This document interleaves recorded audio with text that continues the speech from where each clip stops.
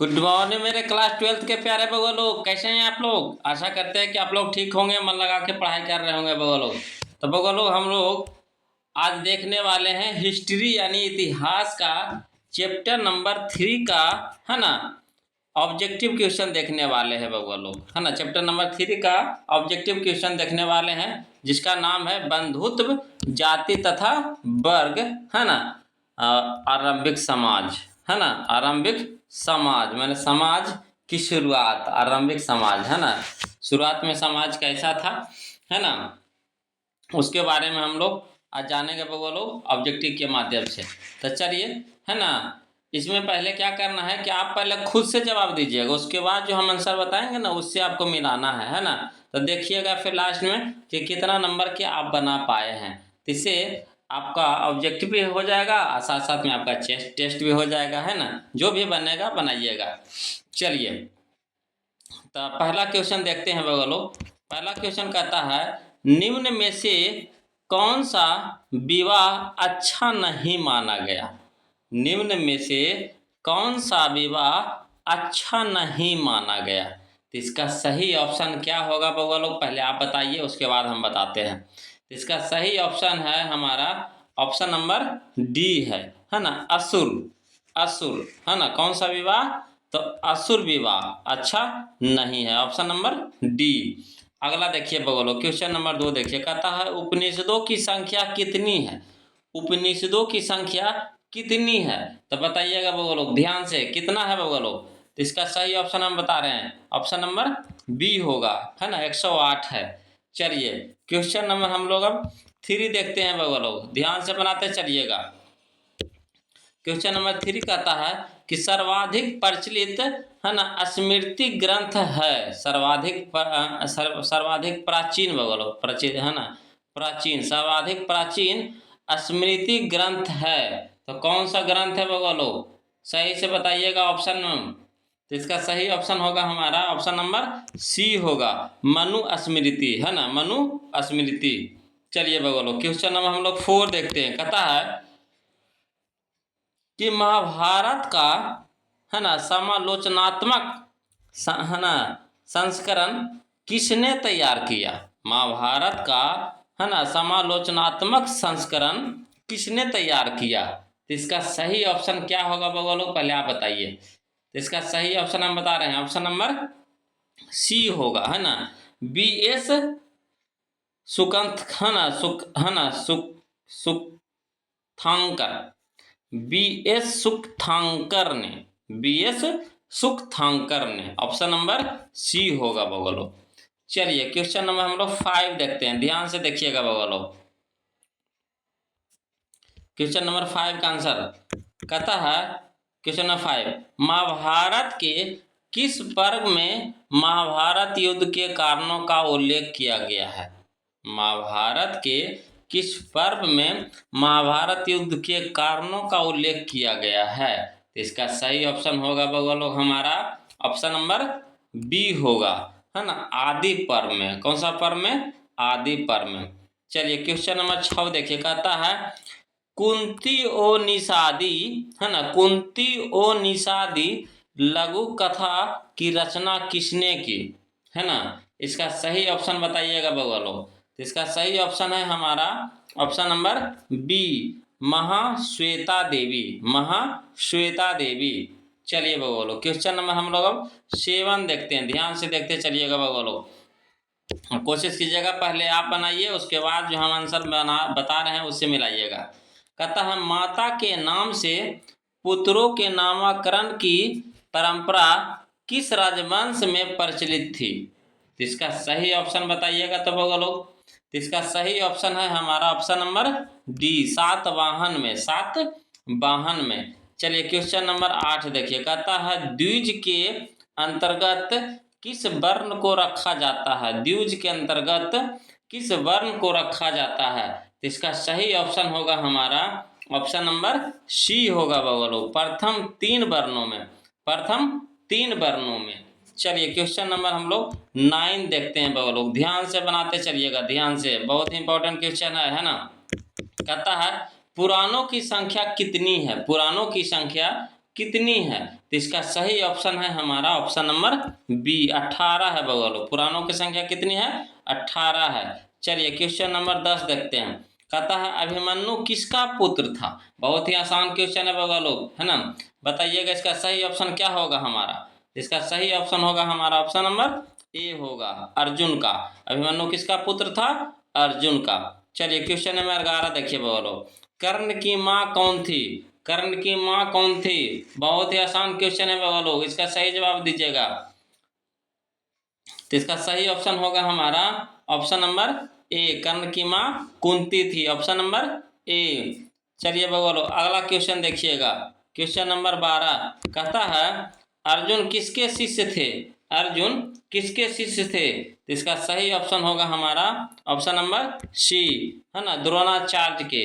किसके शिष्य थे बगलो? है ना, द्रोणाचार्य के। चलिए क्वेश्चन नंबर हम लोग अब 13 देखते हैं, 13 देखिएगा बगलो। क्वेश्चन नंबर 13 क्या कहता? कहता मनु स्मृति के रचयिता कौन थे? मनु स्मृति के रचयिता कौन थे? इसका सही ऑप्शन होगा हमारा ऑप्शन नंबर सी, मनु, है ना। चलिए क्वेश्चन नंबर 40 देखते हैं। कहता है किस वंश के राजा बहुपत्नी प्रथा को मानते थे? है ना, मानने वाले थे। किस वंश के राजा बहुपत्नी प्रथा को मानने वाले थे? इसका सही ऑप्शन होगा हमारा ऑप्शन नंबर बी, सातवाहन वंश, है ना, सातवाहन वंश। चलिए बगलो क्वेश्चन नंबर हम लोग अब 15 देखते हैं, 15 कहता है पुरुष सूक्त का उल्लेख किस ग्रंथ में किया गया है? पुरुष सूक्त का उल्लेख किस ग्रंथ में किया गया है? तो इसका सही ऑप्शन होगा हमारा ऑप्शन नंबर ए, ऋग्वेद में। कौन सा, है ना, ग्रंथ में? तो ऋग्वेद में। चलिए बगलो क्वेश्चन नंबर हम लोग 16 देखते हैं। देखिए बगलो क्वेश्चन नंबर 16 कहता है आश्रम व्यवस्था में कितने प्रकार के आश्रमों का उल्लेख है? आश्रम व्यवस्था में कितने प्रकार के आश्रमों का उल्लेख है? तो इसका सही ऑप्शन होगा बगलो हमारा ऑप्शन नंबर बी, 4 प्रकार के। कितने प्रकार के? तो 4, है ना, ऑप्शन नंबर बी। चलिए क्वेश्चन नंबर 17 देखिए बगलो। कहता है अश्वमेध यज्ञ का आयोजन क्यों किया जाता था? अश्वमेध यज्ञ का आयोजन क्यों किया जाता था? तो इसका सही ऑप्शन होगा हमारा ऑप्शन नंबर ए, शाही संप्रभुता के लिए, शाही संप्रभुता के लिए। चलिए बगलो क्वेश्चन नंबर हम लोग 18 देखते हैं। कहता है कुरुक्षेत्र का युद्ध किसने जीता? कुरुक्षेत्र का युद्ध किसने जीता? बहुत ही आसान क्वेश्चन है बगलो, इसका सही ऑप्शन बताइएगा। इसका सही ऑप्शन है हमारा ऑप्शन नंबर ए, पांडव। किसने जीता? पांडव ने। चलिए बगलो क्वेश्चन नंबर हम लोग 19 देखते हैं, ध्यान से बनाते चलिएगा। कहता है गंगा पुत्र किसे कहा जाता था? गंगा पुत्र किसे कहा जाता था? बहुत ही आसान क्वेश्चन है बगलो, बताइएगा गंगा पुत्र किसे कहा जाता था? तो इसका सही ऑप्शन है हमारा ऑप्शन नंबर सी, भीष्म को, है ना। किनको कहा जाता था? भीष्म को, है ना। चलिए क्वेश्चन नंबर 20 देखिएगा बगलो। कहता है महाभारत युद्ध कितने दिनों तक चला? महाभारत युद्ध कितने दिनों तक चला? बहुत ही आसान क्वेश्चन है बगलो, बताइएगा इसका सही ऑप्शन क्या होगा हमारा? तो ऑप्शन नंबर डी होगा, 18 दिन तक। जो महाभारत की युद्ध था कितने दिन तक चला था? तो 18 दिन तक। चलिए क्वेश्चन नंबर हम लोग 21 देखते हैं बगलो। कहता है महाभारत की रचना किस भाषा में हुई? महाभारत की रचना किस भाषा में हुई? तो इसका सही ऑप्शन है हमारा ऑप्शन नंबर ए, है ना, संस्कृत भाषा में। किस भाषा में बगलो? तो संस्कृत, है ना। चलिए क्वेश्चन नंबर हम लोग 22 देखते हैं, 22 देखिए। कहता है बगलो क्वेश्चन नंबर 22, है ना। कहता है महाभारत किसने लिखा? महाभारत किसने लिखा? तो इसका सही ऑप्शन है हमारा ऑप्शन नंबर डी, महर्षि वेदव्यास, महर्षि वेदव्यास। चलिए क्वेश्चन नंबर 23 देखिए। कहता है जाति का लक्षण नहीं है, जाति का लक्षण नहीं है। तो इसका सही ऑप्शन क्या होगा बउआ लोग हमारा? तो ऑप्शन नंबर हमारा सी होगा, है ना, साम्या, साम्या। जाति का लक्षण नहीं है तो साम्या। चलिए क्वेश्चन नंबर हम लोग 24 देखते हैं बउआ लोग, ध्यान से बनाइएगा, है ना। लंबा क्वेश्चन है मगर आंसर छोटा है, ध्यान से बनाइएगा बउआ लोग। कहता है भवन शब्द का प्रयोग अपने मूल शब्द में भारतीय यूनानियों के लिए किया जाता था। किंतु प्रथम सदी ईस्वी के आसपास, है ना, प्रथम सदी ईस्वी के आसपास,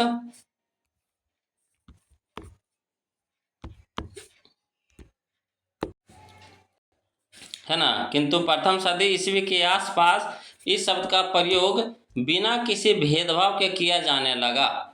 बताइएगा इसका सही ऑप्शन क्या होगा हमारा। इसका सही ऑप्शन है हमारा ऑप्शन नंबर डी, विदेशियों के लिए, है ना, विदेशियों के लिए। चलिए बोलो क्वेश्चन नंबर हम लोग 25 देखते हैं। कहता है किस काल में वर्ण व्यवस्था वंशानुगत जाति में परिवर्तित हो गई। किस काल में वर्ण व्यवस्था वंशानुगत जाति में परिवर्तित हो गई। इसका सही ऑप्शन क्या होगा हमारा, बताइएगा। इसका सही ऑप्शन है हमारा ऑप्शन नंबर ए, उत्तर वैदिक काल में, उत्तर वैदिक काल में। चलिए बोलो क्वेश्चन नंबर हम लोग 26 देखते हैं, 26, है ना।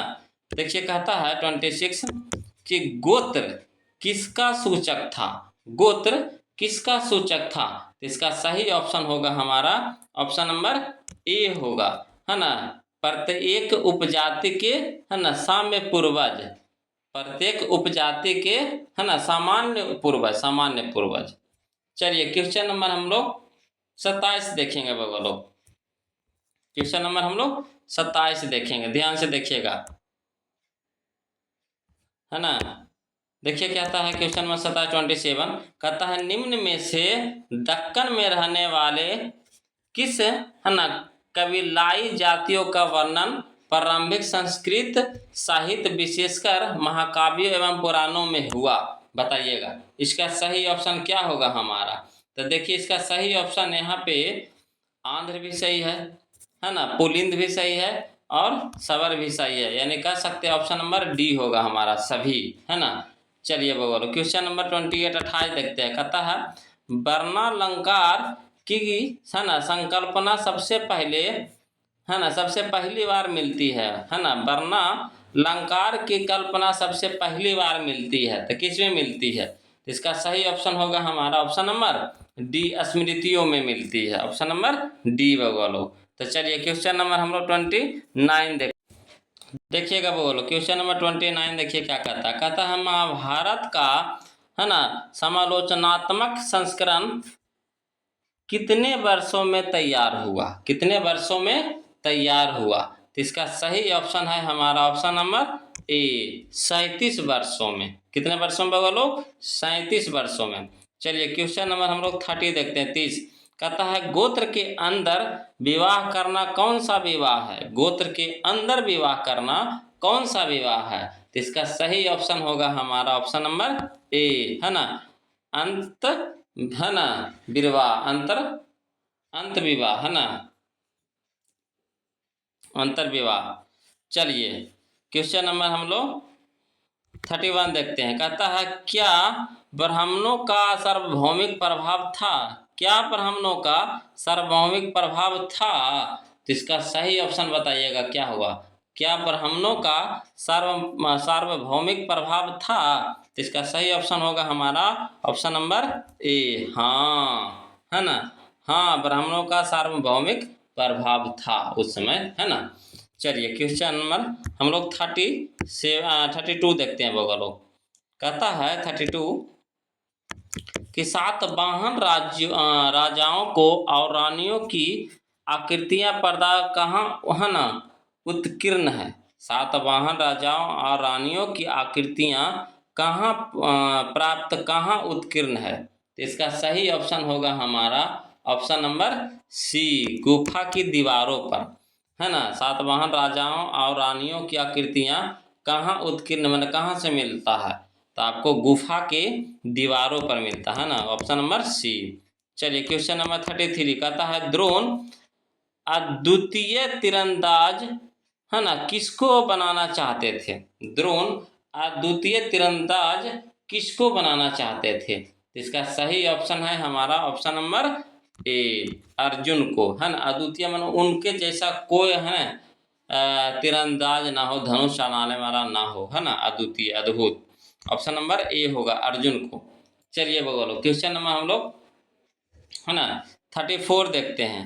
कहता है मनुस्मृति में कितने प्रकार के विवाह का उल्लेख किया गया है? मनुस्मृति में कितने प्रकार के विवाह का उल्लेख किया गया है? तो इसका सही ऑप्शन है हमारा ऑप्शन नंबर सी बउआ लोग, है ना, 8 प्रकार के। कितने प्रकार के बउआ लोग? 8 प्रकार का, ऑप्शन नंबर सी। चलिए बउआ लोग क्वेश्चन नंबर हम लोग 35 देखते हैं। कहता है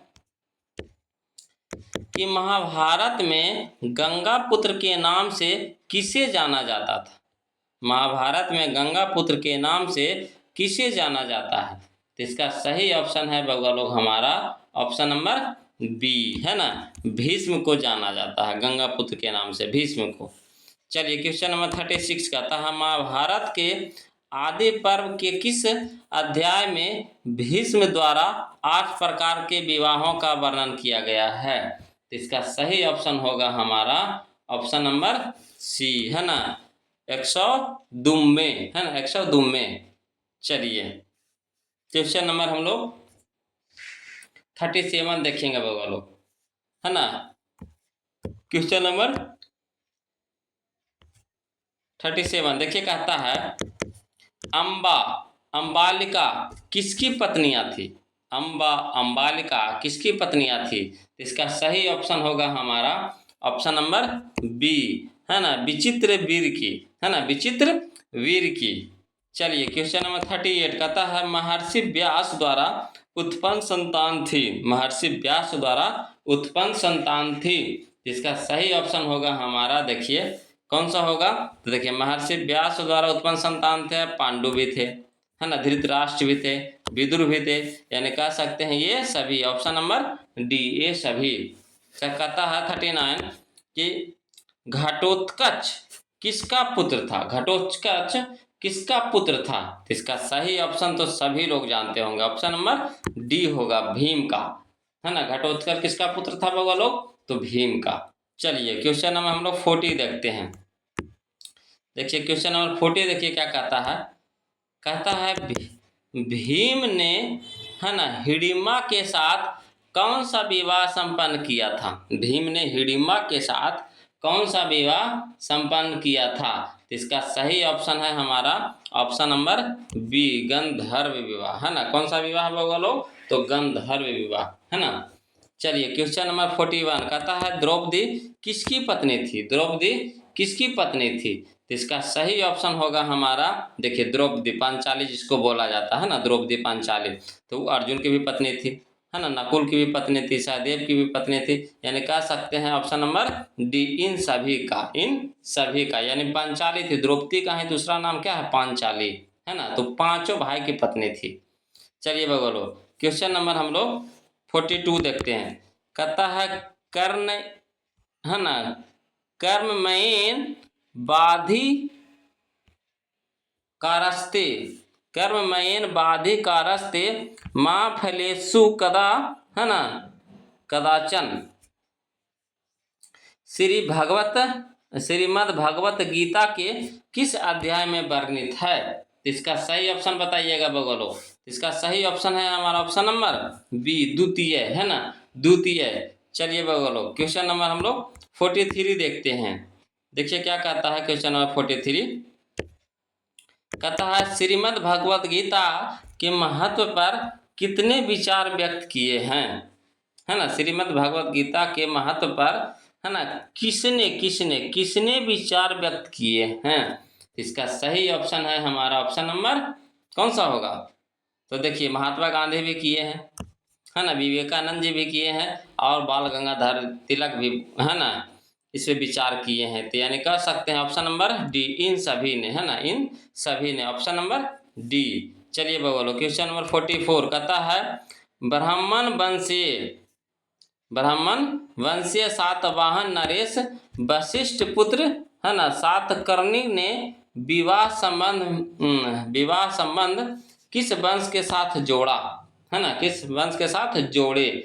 तो इसका सही ऑप्शन होगा हमारा ऑप्शन नंबर ए, शक वंश के साथ, है ना, शक वंश के नाम है शक वंश, है ना। चलिए क्वेश्चन नंबर हम लोग 45 देखते हैं। देखिए कहता है 45 कहता है महाभारत के किस पर्व में वर्ण व्यवस्था का उल्लेख मिलता है? महाभारत के किस पर्व में वर्ण व्यवस्था का उल्लेख मिलता है? तो इसका सही ऑप्शन होगा हमारा ऑप्शन नंबर सी, शांति पर्व में। किस पर्व में बोलो? तो शांति पर्व में। चलिए अब हम लोग चलेंगे क्वेश्चन नंबर 46 की ओर। देखिएगा बोलो, क्वेश्चन नंबर 46 देखिए क्या कहता है ऋग्वेद के प्रथम सूक्त में, ऋग्वेद के पुरुष सूक्त में है ना सर्वप्रथम किस वर्ण का उल्लेख मिलता है? ऋग्वेद के पुरुष सूक्त में सर्वप्रथम किस वर्ण का उल्लेख मिलता है? तो इसका सही ऑप्शन है हमारा ऑप्शन नंबर डी, शूद्र, है ना, शूद्र। देखिए चलिए बोलो, क्वेश्चन नंबर 47 कहता है चंडाल है ना अस्पृश्य माने जाते थे। चांडाल है ना अस्पृश्य माने जाते थे। जब भी वे नगर में आते थे तो उन्हें है ना लकड़ी की आवाज करके आना पड़ता था। लकड़ी की आवाज करके आना पड़ता था ताकि लोग उन्हें देखने के दोष से बच सके। यह किसका कथन है? तो इसका सही ऑप्शन है हमारा ऑप्शन नंबर ए, फाहान, है ना। फाहान के कथन है बाबा लोग, जब ये भारत आए थे है ना तो बोले थे। चलिए क्वेश्चन नंबर हम लोग देखेंगे 48। कहता दुर्योधन की माँ कौन थी? दुर्योधन की माँ कौन थी? तो इसका तो सही भी लोग ऑप्शन जानते होंगे। इसका सही ऑप्शन क्या है बाबा लोग? तो ऑप्शन नंबर ए है ना, गांधारी, गांधारी, है ना। चलिए 49 देखिएगा बाबा लोग, कहता है निम्न में से किस प्रसिद्ध संत ने गीता की भक्ति टीका मराठी में लिखी? निम्न में से किस प्रसिद्ध संत ने गीता की भक्ति टीका मराठी में लिखी? तो इसका सही ऑप्शन क्या होगा बाबा लोग हमारा? तो ऑप्शन नंबर डी होगा, मानेश्वर। मानेश्वर ने बोले थे, है ना, लिखे हैं, मराठी में लिखे हैं। तो ये था बाबा लोग आज का हम लोगों का 49 क्वेश्चन का ऑब्जेक्टिव इस चैप्टर से, है ना, चैप्टर नंबर 3 से। तो बाबा लोग अब आप कमेंट करके बताइए तो कि आपने कितना नंबर का सही जवाब दिया है, कितना नंबर का आपने सही जवाब दिया है, प्लीज़ कमेंट कीजिएगा बाबा लोग। अब बाबा लोग प्लीज़ वीडियो को अच्छा लग रहा है तो प्लीज़ वीडियो को लाइक कर दीजिए, शेयर कर दीजिए, है ना। और जो अभी तक चैनल को सब्सक्राइब नहीं किए हैं प्लीज़ कंजूसी मत कीजिए, है ना, सब्सक्राइब जरूर कर लीजिए बाबा लोग। आओ, है ना, बेल आइकन बटन जरूर दबा लीजिए, फिर है ना, जिससे आपको नोटिफिकेशन आपको मिलते रहेगा बाबा लोग। तो फिर मिलते हैं हम लोग अगले वीडियो में, तब तक के लिए जय हिंद।